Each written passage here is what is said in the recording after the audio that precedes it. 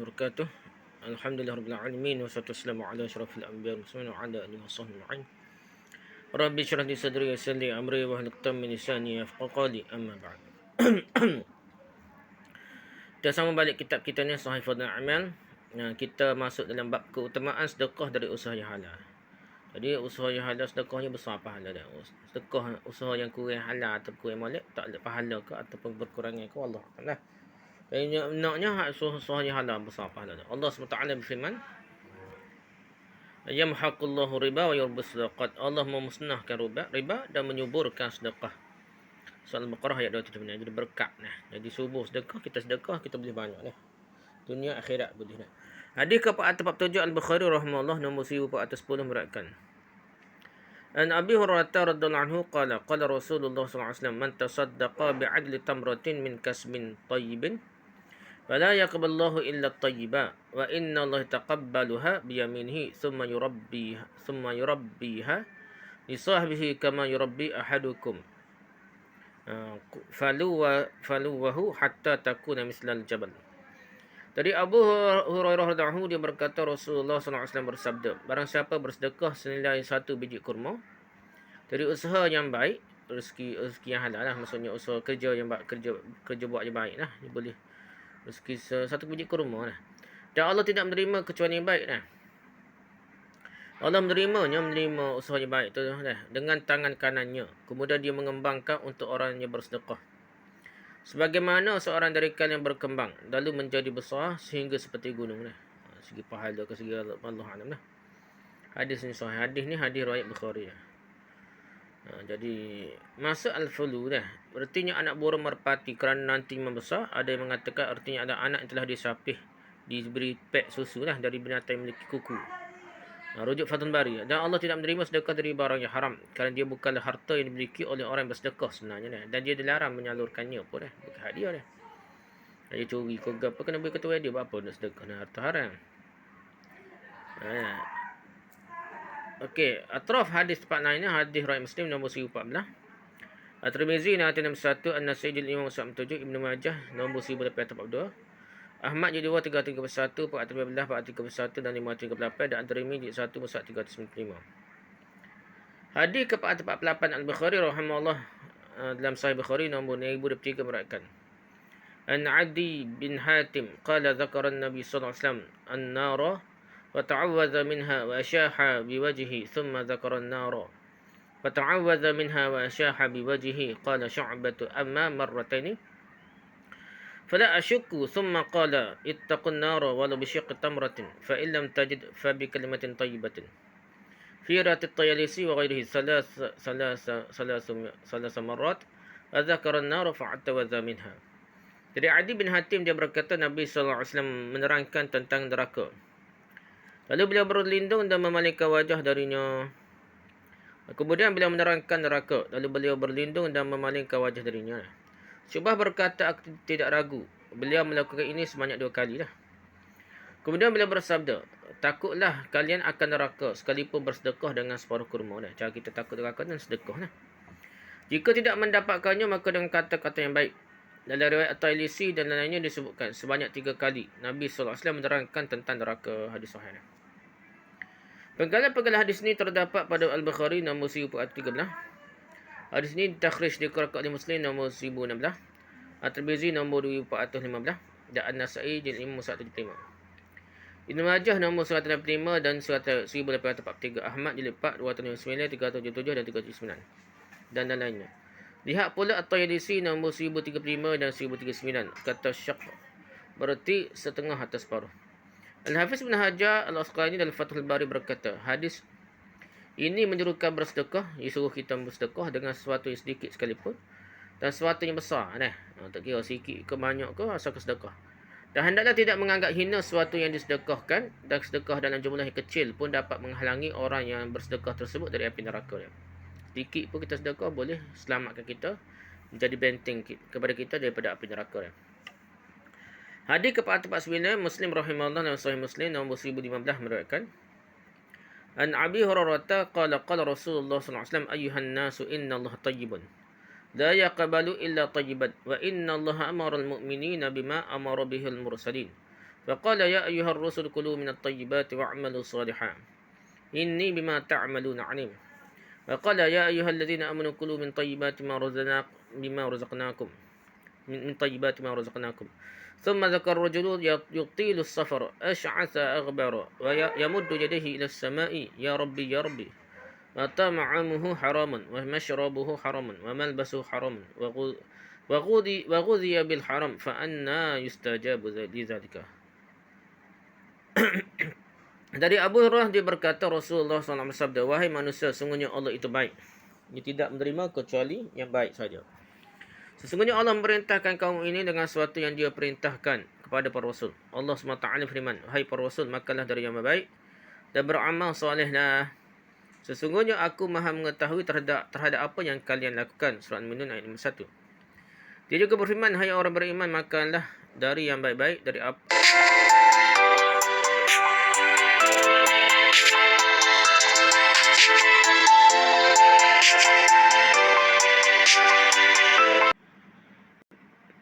dia berfirman, hai orang beriman, makanlah dari yang baik-baik apa yang kami berikan pada kamu. Surah Al-Baqarah ayat 172.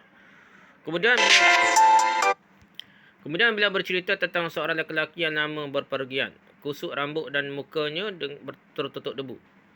Dia membentangkan kedua tangannya ke langit. Wahai Rabbku, sedangkan makanan, minuman dan pakaiannya dari yang haram. Dan makan dengan barang yang haram. Lalu bagaimana doanya akan dikabulkan? Hadis hasanah.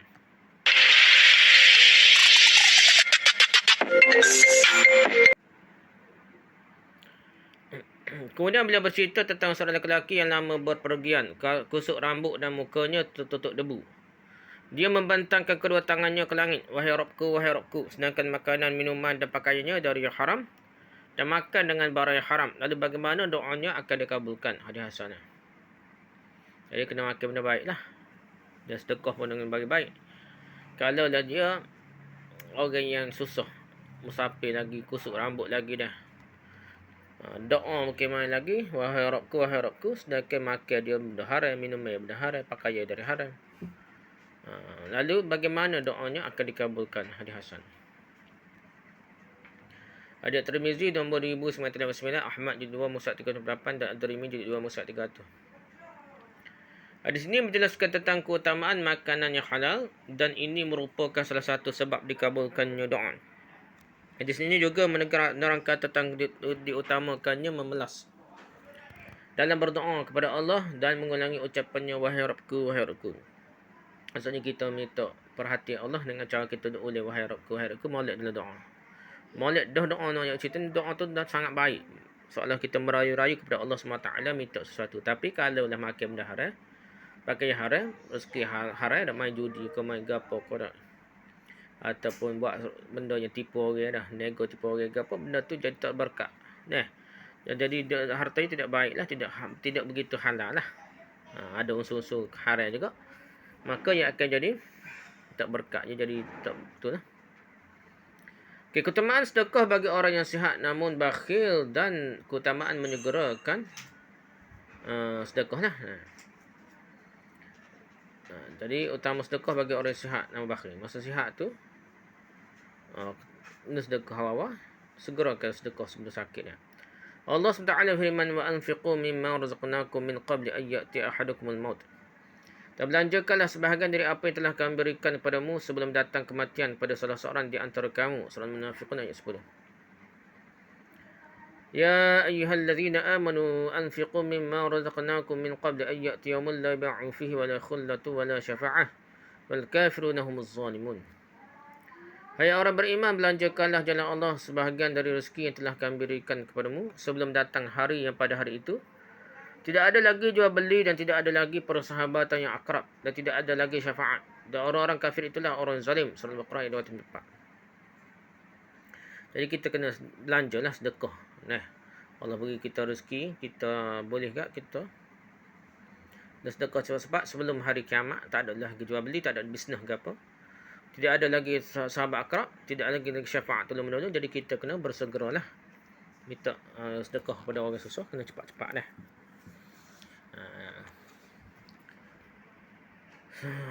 Atau surah Baqarah ayat 24. Hadis ke-40 Al-Bukhari rahimahullah nombor 1419 meriwayatkan an Abi Hurairah radhiyallahu qala jaa rajulun ila an-nabiy sallallahu alaihi wasallam faqala ya Rasulullah ayyu sadaqati a'zamu ajran qala anta saddaq wa anta sahihun syahihun takhshal faqra wa ta'mul al-ghina wa la tumhilu hatta idza balaghatil hulqum qulta li fulanin kadza wa li fulanin kadza wa qad kana li fulanin.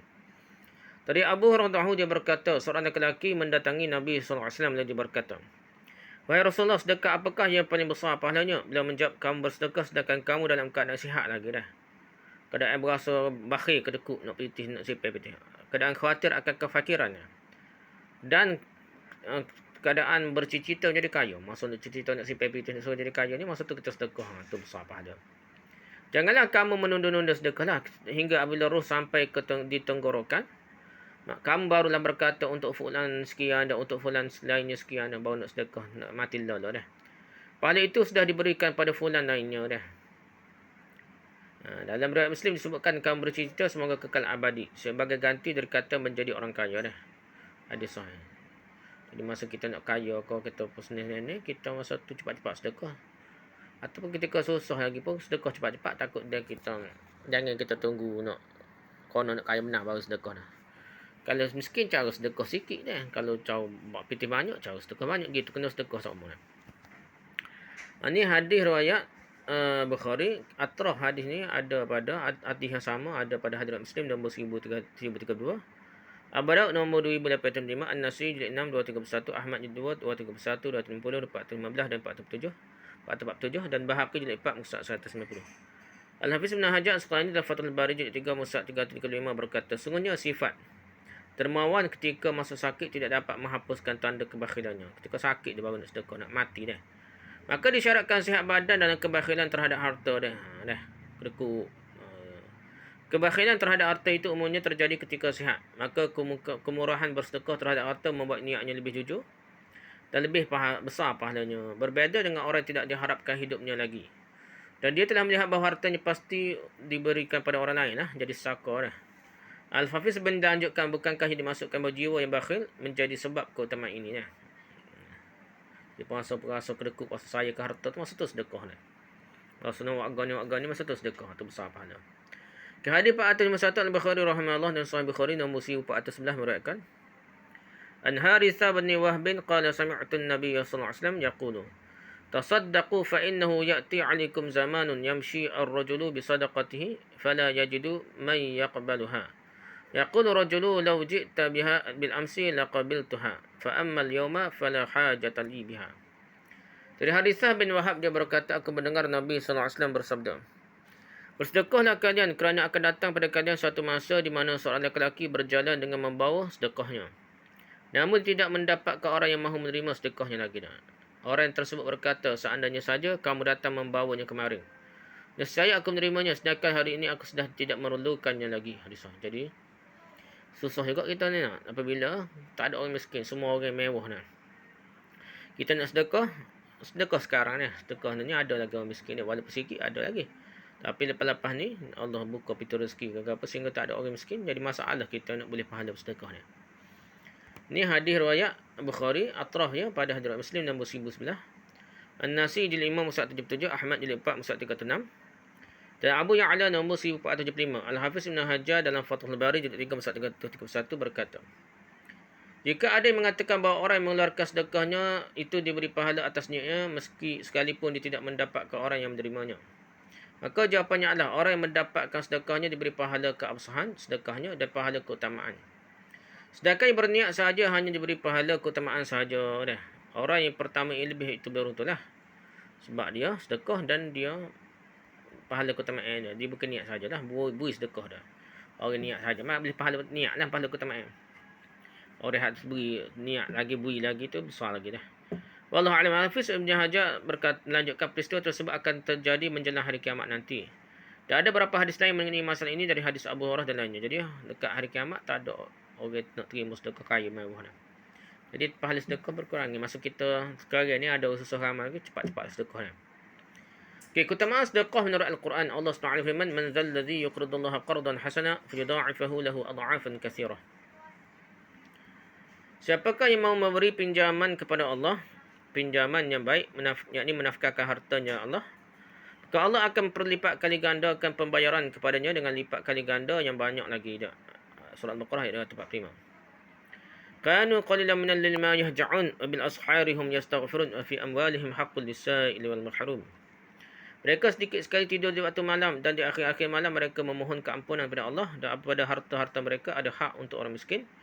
Yang meminta-minta dan orang-orang miskin tidak dapat bahagian, tidak mendapat bahagian. Surah Az-Zariyat ayat 17 hingga 19. Innal musaddiqin wal musaddiqat aqradallaha qardan hasana yudha'afu lahum wa lahum ajrun karim. Sesungguhnya orang yang membenarkan Allah dan Rasulnya, baik lelaki maupun perempuan, dan meminjamkan kepada Allah pinjaman yang baik, nescaya akan dilipat kali gandakan pembayarannya pada mereka esok-esoklah. Dan bagi mereka pahala yang sangat banyaklah. Jadi bukan dunia akhirat saja, dan dunia pun yang boleh lipat ganda. Sedekah Allah lipat kali ganda. Bahawa kafir sedekah pun lipat ganda. Orang Cina percaya dah. Kalau sedekah, tolong orang susah ke apa, Allah akan ganti. Tuhan akan gantilah. Kata dah. Jadi dia mudah rezeki, mudah naik dah. Dan firman-Nya yang lain pula, laki-laki dan perempuan yang bersedekah. Laki-laki dan perempuan yang berpuasa, laki-laki dan perempuan yang melihara kehormatannya, laki-laki dan perempuan yang banyak menyebut nama Allah. Allah telah menyediakan untuk mereka keampunan dan pahala yang besar. Surah Al-Ahzab ayat 35. Jika kamu meminjamkan kepada Allah pinjaman yang baik, nescaya Allah melipat kali gandakan pembalasannya kepadamu dan mengampuni kamu. Dan Allah Maha Pembalas jasa lagi Maha Penyantun. Surah At-Taghabun ayat 17. Dan kebaikan apa sahaja yang kamu perbuat untuk dirimu, nescaya kamu perolehi balasannya di sisi Allah sebagai balasan yang paling baik dan yang paling besar pahalanya. Surah Al-Muzammil ayat 20. Dan kelak akan dijauhkan pada orang-orang yang paling bertakwa dari neraka itu, yang menafkahkan hartanya jalan Allah. Tadi orang bertakwa tu yang menafkah harta jalan Allah untuk membersihkannya, membersihkan hartanya. Padahal tidak ada seorang pun memberikan satu nikmat kepadanya yang harus dibalasnya. Tapi dia memberikan itu semata-mata kerana mencari keredaan Rabb-Nya yang maha tinggi, dan kelak dia benar-benar mendapatkan kepuasan. Surah Al-Lail surah ayat ke-17 hingga 21. Jadi ada yang mengatakan bahawa ayat terakhir ini turun berkenaan dengan Abu Bakar As-Siddiq radhiyallahu anhu. Catatan, terkadang yang digunakan adalah kata sedekah, bukan zakat, kerana adanya keraguan dalam hadis antara sedekah wajib, zakat dan sedekah sunnah. Dan sedekah itu dipahami dari adanya indikasi yang menunjukkan salah satunya. Jadi sedekah sahaja mungkin hak wajib panggil sedekah juga. Dan ada hak zakat, ada hak sunnah. Jadi dia berhubung lah. Dah. Boleh pakai dua-dua dah. Okey, keutamaan sedekah. Hadis ke-452 Muslim rahimahullah dan Sahih Muslim. Nombor 2588 meriwayatkan an Abi Hurairah an Rasulullah sallallahu alaihi wasallam qala ma naqasat sadaqatun min malin wa ma zada Allahu 'abdan bi'afwin illa 'izzan wa ma tawadha'a ahadun lillahi illa rafa'ahu Allah. Dari Abu Hurairah dari Rasulullah sallallahu alaihi wasallam, beliau bersabda, tidaklah sedekah itu mengurangi harta. Sedekah tak kurangi harta. Tidaklah sedekah itu mengurangi harta, maksudnya bahawa harta itu diberkahi dan dihindarkan dari bahaya kerosakan, sehingga berkurangannya bentuk diperbaiki dengan keberkahan yang tersembunyi. Hal itu dapat dirasakan oleh panca indera dan kebiasaannya lah. Atau boleh juga pada pahala yang diakibatkannya itu terdapat perbaikan bagi kekurangannya, dan ditambahkan hingga lipatan yang banyak lah, berkali ganda banyak. Abdul Baqi dah. Hadis ini akan disebutkan pada bab mengenai permintaan maaf dan rendah diri, insya-Allah.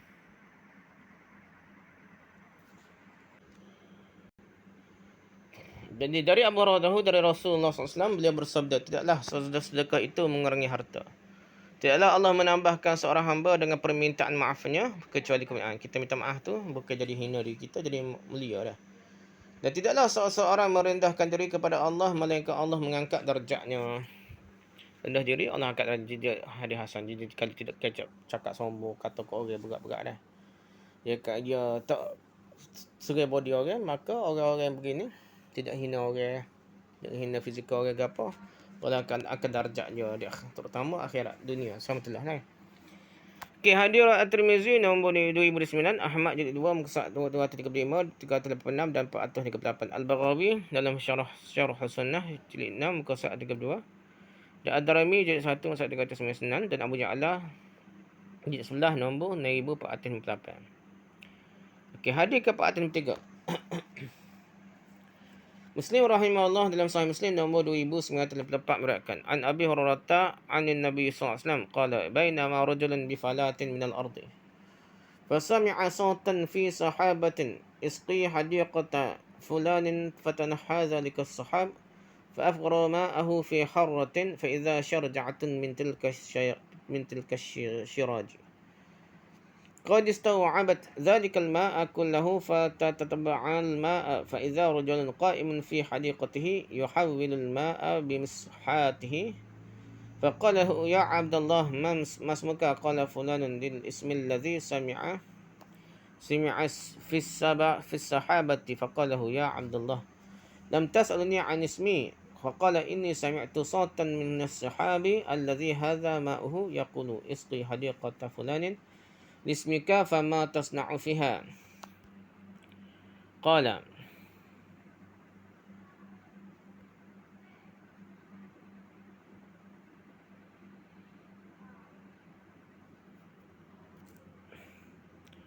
لا أما إذ قلت هذا فإني أنظر إلى ما يخرج منها فتصدق بثلثه وأكلوا أنا وعيالي ثلثا وأرد فيها ثلثه. Ni hadis riwayat panjang dari Muslim lah. Okey, terjemahnya dari Abu Hurairah dari Nabi sallallahu alaihi wasallam. Beliau bersabda ketika seseorang lelaki berada di padang gurun, tiba-tiba dia mendengar suara dari awan. Siramilah kebun si fulan. Kemudian awan tersebut menghampiri dan menumpahkan airnya pada tanah berbatuan. Ternyata selera-selera itu menampung semua air tersebut. Lelaki itu menelusurinya. Ternyata ada seorang lelaki yang sedang berdiri di kebunnya untuk mengalihkan air tersebut dengan gayung-gayungnya. Kemudian dia bertanya pada fulan, wahai hamba Allah, siapakah namamu? Dia menjawab, fulan. Persis nama telah didengarnya dari awan tersebut. Lelaki itu pun balik bertanya kepadanya, wahai hamba Allah, kenapa kamu menanyakan namaku?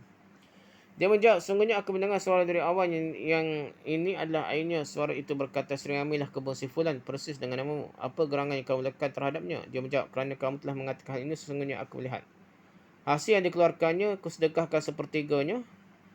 Dan aku makan sepertiganya bersama keluargaku dan akan kukembalikan padanya sepertiga lagi untuk modal lah. Hadis sahih. Jadi 1/3 sedekah, 1/3 makan dia, 1/3 buat modal pusingnya. Jadi dengan sebab itu dia jadi berkat lah. Dia sedekah jadi berkat. Hadis Ahmad jilid 2 mushaf 209, Al-Bahaqi jilid 4 mushaf 33 dan At-Tirmizi nombor 2507. Kalimah tanaha zalikas sihabu berarti genangan-genangan itu menghampirinya. Kata al-haratu berarti tanah yang penuh berbatuan berwarna hitam. Kata syarjatun berarti saluran air. Dari hadis ini dapatlah diambil pelajaran tentang cara membelanjakan harta, renungan hasil dari semua itu dan ketakwaannya pada Allah. Ini cara hak kuat lah. 1/3 sedekah buat banyak lah. Kalau gaji 1,000 300. 300 lebih 3. Kalau gaji 3,000 1,000 sedekah. Kalau gaji 6,000 2,000 sedekah saja dah. Besar lah. Tanahnya dapat menyirami dan menyuburkan tanah-tanah yang ada di sekelilingnya. Cuba renungkanlah. Semoga para rentenir yang menabung harta mereka di bank mahu merenungkan dirinya. Allah musta'an. Jadi duit hak sipir di bank lah. Kalau sedekah lebih besar lagi dah. Sedekah dapat menutupi dosa-dosa. Hadis kepada Al-Bukhari rahimahullah dalam Sahih Bukhari nombor 1443 meriwayatkan. An Abi Hurairah radhiyallahu qala an-nabi sallallahu alaihi wasallam masalul bakhili wal mutasaddiqi kamathali rajulaini 'alaihima jubbatani min hadidin masalul bakhili wal munfiqi kamathali rajulaini 'alaihima jubbatani min hadidin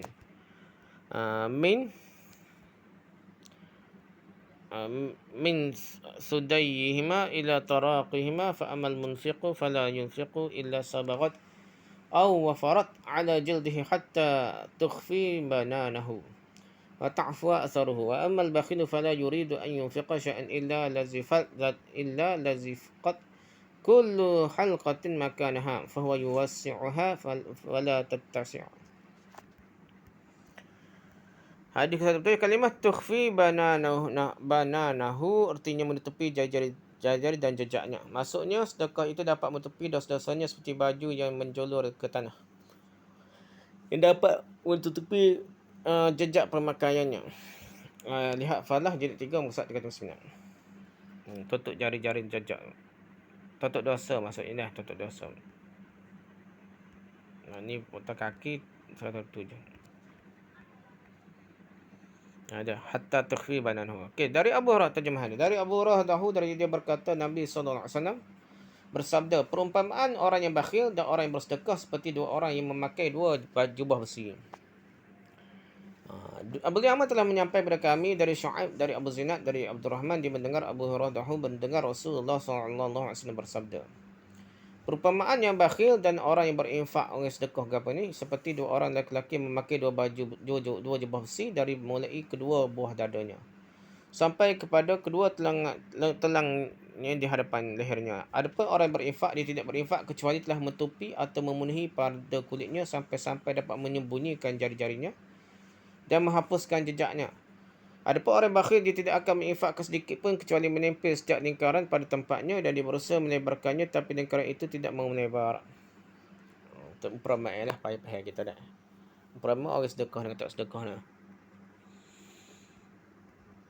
Okey, seterusnya. Atraf hadis yang sama lihat pada hadis Muslim nombor 1001. An-Nas'i jilid 5 muka 70 hingga 72 dan Ahmad jilid 2 muka 26 359 dan 533. Kata al-jabbatu atau al-junnatu.